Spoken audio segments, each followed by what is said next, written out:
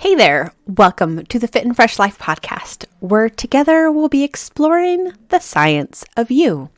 I'm your host, Natalie Marie Collins, and I invite you to join me on this journey as we discover who it is you really are, how you're designed to operate in this world in business and life, and how to balance and understand it all through the ancient wisdom of Ayurveda and the new wisdom of human design.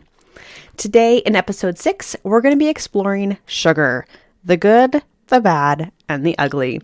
Plus, I'm going to share with you a huge awakening moment that I had that will really get you thinking.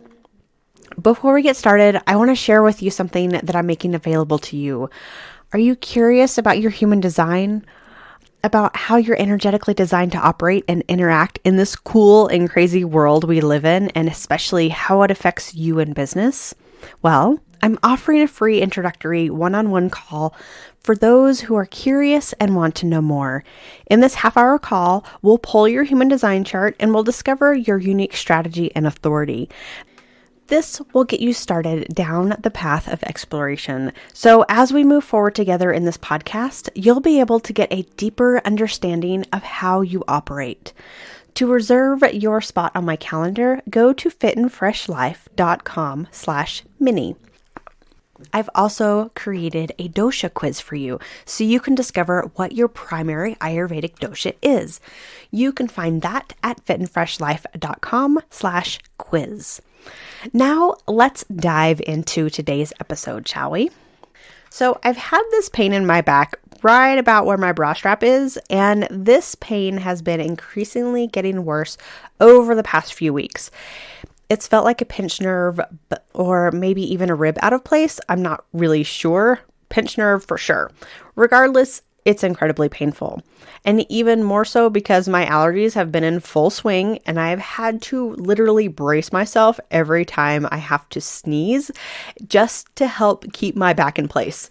But seriously, I'll drop to my knees if I'm not careful. It really hurts that bad. Let me give you a little bit of background first. 4 out of the 5 years while I lived in Georgia, I met Dr. Georgia Herrera, who is someone I'll bring on as a guest in a future episode, so be on the lookout for that. And I started seeing her for her NSA chiropractic. NSA stands for Network Spinal Analysis. It has recently been changed to entrainment chiropractic. Some doctors refer to it as network chiropractic, but basically what NSA chiropractic did for me is it taught my body how to be its own best healer, and for me personally, how to listen to what my body has to say. I worked through a lot of really deep layers through those 4 years.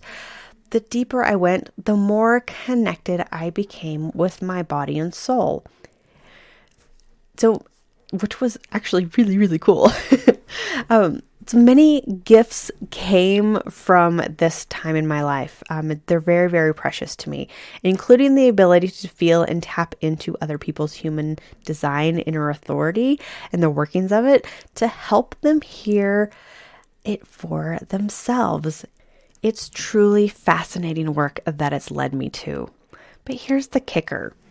This back pain I mentioned, well, I tried for weeks to go into the pain itself to hear what it was trying to tell me, or in this case, scream at me. And for weeks, I got nothing. Flat, nothing. The pain got worse, and I just wanted to crawl into bed. I tried all kinds of things, popping my back, rolling on foam rollers, breath work, which actually helped the most, yoga, meditations with healing, where I was with healing with the angels singing, where I called in the angels, asked for them to help me. I worked through sacred geometry to reorganize it energetically, and nothing was truly piercing through this extremely painful wall of pain. Then, a few days ago, my husband Lee and I were driving in the car. He was driving, I was a passenger, and I was in so much pain that I ended up going into a meditation to try it again. This time, it was just me, no music, nothing, just me closing my eyes and focusing on my heart space. And then I heard it loud and clear. One single word. That word was sugar. My eyes popped open at this realization. Then I quickly went back into the meditation to hear more. Because, because I'm a projector, I need all the information. So here's what my heart told me. Sugar is the reason for my back pain. It's also the reason why I have a tight band energetically and physically around my chest area from front to back. It's also why that it's the heaviest place on my body. That sugar is blocking my connection to my inner authority and is why I haven't been able to fully surrender to Source as my guide. Because when something like sugar is blocking you in your body, you can't hear it consistently like you need to. Your connection is blocked. Sugar also changed your brain chemistry and is highly addictive. When your connection is blocked and your brain isn't able to focus because of the addiction, your brain begins to rely on outside figures to be your inner authority instead of yourself. Well, I was shocked at this, and yet it also made a whole lot of sense. I decided right then and there that I was going to cut sugar out of my diet for good. In my connection to my inner authority, my connection to source energy is much too precious to be blocked by something like sugar.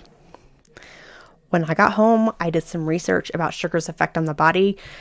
Now, don't get me wrong. I have watched loads of YouTube videos and documentaries, blog posts, all the things in the past about this. And I know better. I know better than to eat sugar. Seriously. I mean, I was even totally off sugar for 2 years when I was on the raw food diet. But that connection piece is really what did it for me this time. Here's what I found in my research. Sugar is the number one cause of heart disease. Sugar turns to fat in the body, which turns into cholesterol, which is the leading cause of heart attacks. Sugar is the number one cause of asthma. Sugar causes inflammation, which attributes to obesity. I think we all knew that one. Sugar has the same chemical reaction on the brain as cocaine does, and sugar is 11 times more addictive than cocaine. Boom, nail in coffin, done. Let's see. As of this recording, I'm day 3 into no sugar in my diet, and there's some good, bad, and ugly things about it. After this happened, I was talking to a friend about it, and she told me that the same thing happens to her when she drinks alcohol. Dun, dun, dun. She's an intuitive coach too, and channels messages from her guides to her clients. And when she has alcohol, it takes her 2 weeks before she can hear her guides again. She gets totally cut off. That's freaking crazy. I feel the same thing has happened with me and sugar. Sugar, you are out of here. Well, I already mentioned a lot of the ugly. Yet, it is an addictive substance. And, well, it's not exactly an easy thing to kick.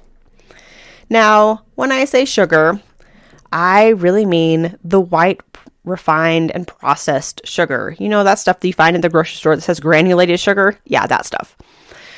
The sugar that is no longer in its natural state. Because it's been refined and processed, our bodies don't recognize it as food, and it doesn't really know what to do with it. Hence, all those issues that come from it.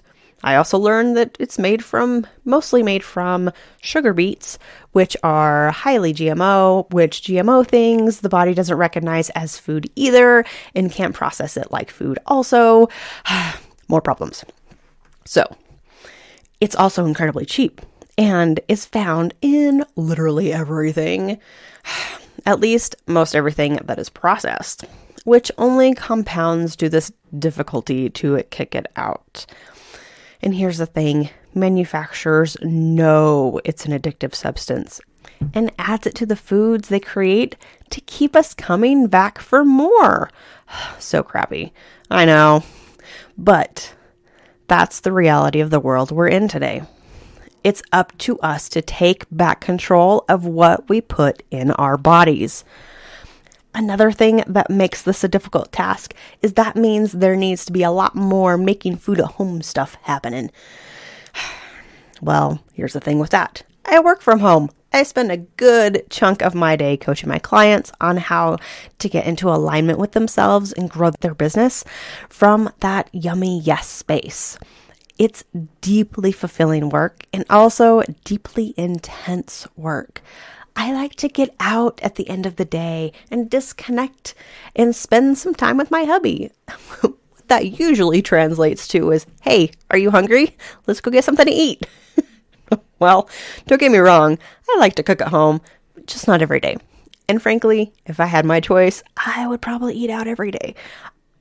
Look, I like to look at it as I take care of people during the day and love having someone else take care of me in the evening, meaning cooking and doing the dishes for me. Yeah. I think maybe it's the dishes part that really gets me. But alas, I realized that I need to take back some control and get into a different, more aligned flow that is sugar-free.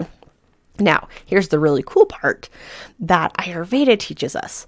It teaches us that there are 6 different tastes that we need at every meal in order to create a balance in our system, which reduces cravings and keeps away those binge eating episodes too. So Ayurveda recognizes the need for sweet things in our diet, as sweet is one of the tastes, to help create a balance in our bodies. We need sweetness in our lives. Great thing is, each dosha has its own recommended sweetener and foods for sweetness. So for vatas, it's sweeteners like xylitol, coconut sugar, dates, honey, maple syrup, monk fruit sweetener, and stevia. And avoiding sweeteners like cane juice or cane syrup, and of course, white sugar. For pitta, it's sweeteners like xylitol, coconut sugar, dates, raw honey, maple syrup, monk fruit sweetener, and stevia. And avoiding brown sugar, cane syrup, regular honey, jagar, whatever that is, molasses, and white sugar.